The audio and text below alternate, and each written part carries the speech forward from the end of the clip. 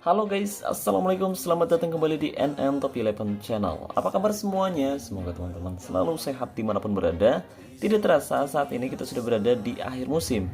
Nah, berhubung hari ini adalah hari yang sangat-sangat penting buat sebagian manajer yang sukses membawa timnya lolos ke babak final Liga Elite atau Liga Champion. Jadi sebelum saya membahas lebih jauh, saya ucapkan selamat nih buat teman-teman yang musim ini sukses membawa timnya lolos ke babak final Liga Champion.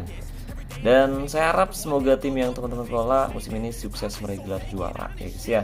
Sementara buat teman-teman yang gagal, tetap semangat, pencapaian kalian juga sudah hebat. Semoga musim depan tim kamu sukses meraih gelar juara. Oke guys, jadi hari ini saya akan membahas salah satu formasi yang akan saya gunakan di babak final Liga Elite musim ini, yaitu formasi 3-5-2. Formasi yang digunakan oleh Inter Milan saat menyingkirkan Bayern Munchen di babak perempat final Liga Champions musim ini guys. Dan berkat kemenangannya itu, Inter Milan saat ini sukses melaju ke babak semifinal, dan di babak semifinal mereka akan menghadapi raksasa Spanyol yaitu FC Barcelona. Tapi sebelum saya membahas lebih jauh, saya mau minta tolong dulu nih ke teman-teman semua yang kebetulan nonton video ini. Ya, saya tahu ini berat banget, bahkan jauh lebih berat dari angkat tabung gas 3 kilo. Tapi ini penting banget guys, beneran. Jadi di sudut kiri bawah video ini ada tombol like. Ya, betul itu guys, tolong ditekan sekali aja guys, tolong guys. Tekan sekali tombol like-nya guys. Iya, betul banget kayak gitu guys. Nah, kalau belum subscribe, coba subscribe dulu, nggak apa-apa guys. Ditekan tombol subscribe-nya sekali juga nggak apa-apa guys. Mantap. Nah, kalau udah, saya ucapkan terima kasih banyak atas dukungannya. Saya harap buat teman-teman yang udah like maupun subscribe channel ini, semoga teman-teman selalu sukses dimanapun berada. Amin ya Allah. Oke, selain itu saya juga mau ngasih tahu dulu nih ke teman-teman semua, khususnya untuk player Sultan yang berencana top up token sponsor spesial premium kartu bulanan dan benda lain dengan harga yang lebih murah tapi amanah. Saya rekomendasiin teman-teman top up di Instagramnya Kiano Official, dan linknya sudah saya sematkan pada deskripsi video ini. Oke guys, jadi setelah musim ini tim saya sukses meraih Trophy Cup dan sukses mengunci gelar juara liga, musim ini tim saya juga alhamdulillah akhirnya sudah dipastikan lolos ke babak final Liga Elite untuk yang ke-7 kalinya secara beruntun. Nah, di babak final kali ini tim saya akan menghadapi salah satu tim tangguh asal kota Sambas, Indonesia, yaitu Iksan FC. Ya, memang jika dilihat dari segi kualitas mutu keseluruhan, kualitasnya nggak terlalu besar. Tapi meskipun begitu, kita nggak boleh meremehkan kekuatan tim lawan. Karena meskipun mereka terlihat punya OVR yang terlihat kecil, tapi mereka punya pemain dengan skill yang sangat bagus. Bahkan Iksan FC punya penyerang dengan atribut maksimal 400%, yang membuat mereka menjadi salah satu tim terbaik saat ini guys. Jadi kualitas mutu hanyalah angka, karena apapun bisa terjadi dalam sepak bola. Ya, meskipun di babak final kali ini tim saya punya OVR yang sedikit lebih baik, tapi tim lawan juga tentu tidak mau kalah, karena saya rasa manajer Iksan FC akan melakukan segalanya agar bisa membawa timnya meraih gelar juara. Nah, untuk menghadapi Iksan FC yang menerapkan formasi sejuta umat, yaitu formasi 3-1-5-1, rencananya di babak final Liga Elite musim ini saya akan menggunakan formasi 3-5-2. Formasi yang terinspirasi dari Inter Milan musim ini guys, dimana dengan menggunakan formasi tersebut Inter Milan sukses melaju ke babak semifinal Liga Champions dengan sangat luar biasa. Nah, untuk formasinya kurang lebih seperti ini guys. Jadi di area pertahanan di sini saya menempatkan 3 back. Lalu di area tengah di sini saya menempatkan 5 gelandang, 3 gelandang tengah dan 2 gelandang sayap. Sementara di area serang di sini saya menempatkan 2 striker.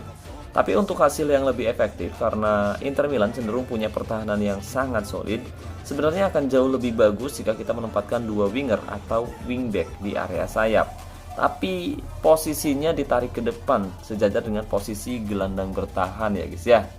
Nah, alasan kenapa akan jauh lebih bagus kalau kita nempatin wingback atau winger, yaitu karena pemain tersebut tipikal pemain-pemain sayap yang cepat.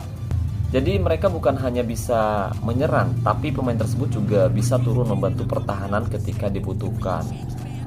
Jadi ketika pas bertahan, formasi ini bisa berubah dari yang awalnya pakai formasi 3-5-2 bisa berubah menjadi formasi 5-3-2 yang membuat lini pertahanan tim kita bisa jauh lebih padat guys, jauh lebih solid.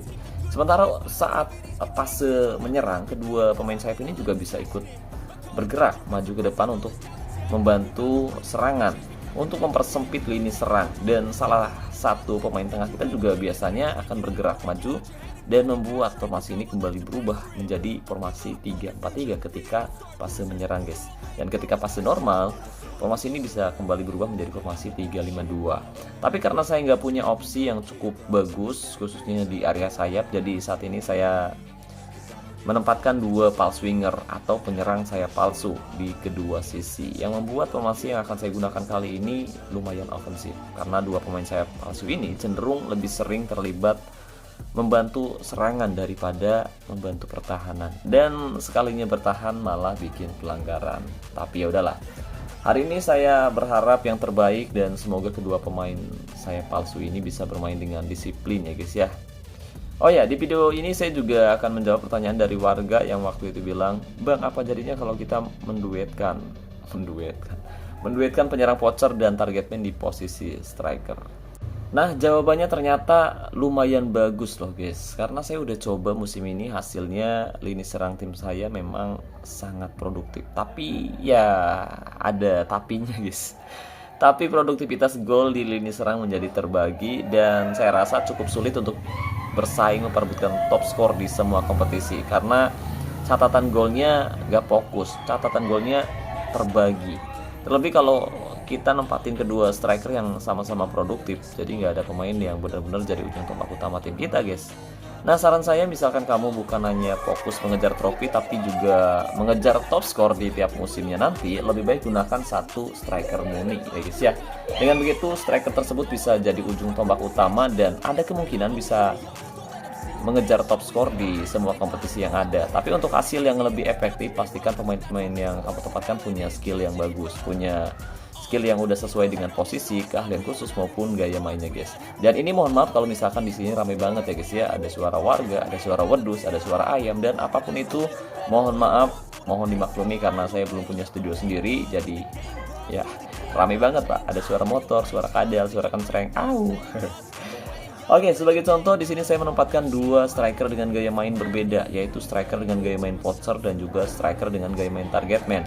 Nah, untuk penyerang voucher, untuk atribut kuncinya yaitu tembakan dan penyelesaian, didukung oleh atribut penempatan posisi dan sundulan. Sementara untuk penyerang target man, atribut kuncinya yaitu penyelesaian dan tembakan, didukung oleh atribut penempatan posisi dan umpan.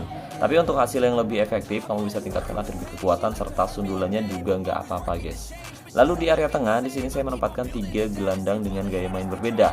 Nah, yang pertama di sini ada penyerang Engance yang tidak ditempatkan di posisi terbaiknya. Tapi kalau misal nanti kita butuh, kita bisa tarik pemain ini ke posisi gelandang serang tengah ya guys ya.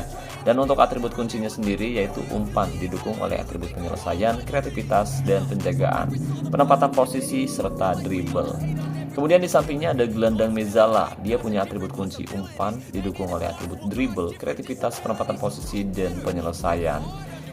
Ya, intinya untuk atribut seperti ini masih bisa kita tingkatin tipis-tipis ya guys ya, selagi usia pemain masih muda. Sebagai contoh, misalkan OVR keseluruhan pemain kamu ada di angka 100%, kamu bisa tingkatin atribut kuncinya 20% lebih tinggi. Misal atribut kunci atau OVR pemain di angka 100%, atribut kreativitasnya kamu tingkatin di angka 120%, dan atribut lainnya di angka 100% juga nggak apa-apa guys.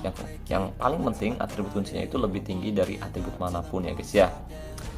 Oke, dan untuk taktiknya sendiri kali ini saya akan menerapkan taktik dengan mental tim bertahan, fokus umpan perpaduan, gaya umpan perpaduan, serangan balik nyala, gaya tekanan rendah, gaya tackle normal, gaya penjagaan jaga daerah tertentu, dan jebakan offside nyala.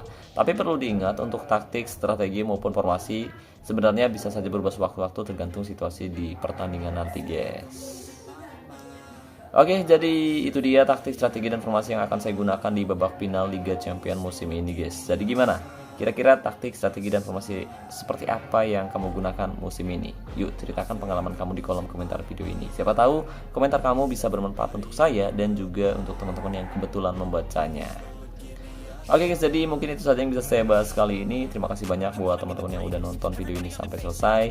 Terima kasih buat membership Enantop 11. Terima kasih buat partnership Enantop 11-nya Tukion Official. Dan saya ucapkan terima kasih banyak buat teman-teman yang selalu mendukung dan mendoakan saya sejauh ini. Wassalamualaikum warahmatullahi wabarakatuh. Salam olahraga, salam Top 11 Indonesia.